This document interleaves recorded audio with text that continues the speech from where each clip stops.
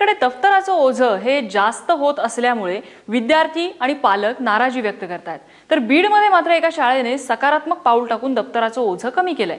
पण त्यासाठी त्यांना काय उपाययोजना करावी लागली आणि तुमच्या शाळेत ते शक्य आहेत का, तुम्हीच पहा।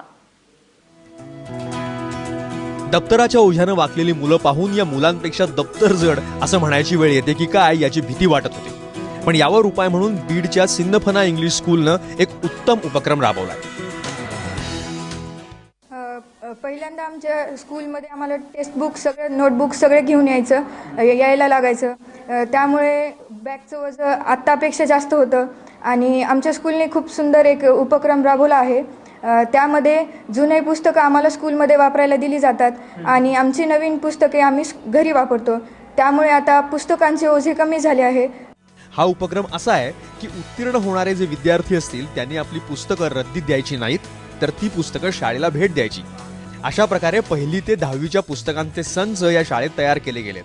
स्कूलनं मग असं डिसाईड केलं की आता 1st to 10th पर्यंत जे जुने बुक्स आहेत मुलांचे ते वाया न घालवता असं त्याचं रियूज व्हावं म्हणून त्यांना त्यांचे बुक्स आम्हाला दिले आणि आमचे पण आता पुढील ह्या मागील वर्षांच्या मुलांसाठी यूज करायला देतात। तर मग आम्हाला आता फक्त 100 पेजेसच्या नोटबुक्स आणावं लागतात आणि जे पेन वगैरे असते तेच फक्त आणावं लागतात। विशेष म्हणजे पालकांनीच ही नामी युक्ती या शाळेला सुचवली आहे।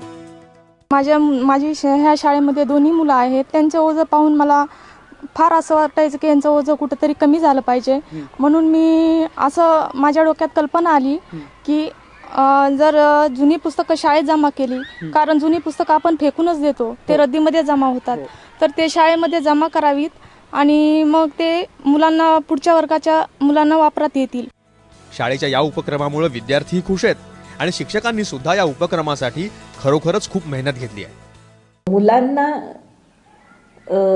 आपण काहीतरी देतोय ह्याचं पण भान आलं की आपली पुस्तकं दुसरं कोणतरी वापरते आणि ही जी देवाणघेवाणीची एक हे आहे ती पण त्यांना त्याच्यातून एक भावना मिळालेली आहे। मुलांच्या पाठीवरचं दप्तराचं किलोच्या किलो ओझं कमी झालं तर त्यांना शाळेमध्ये जायला जास्त मजा येईल।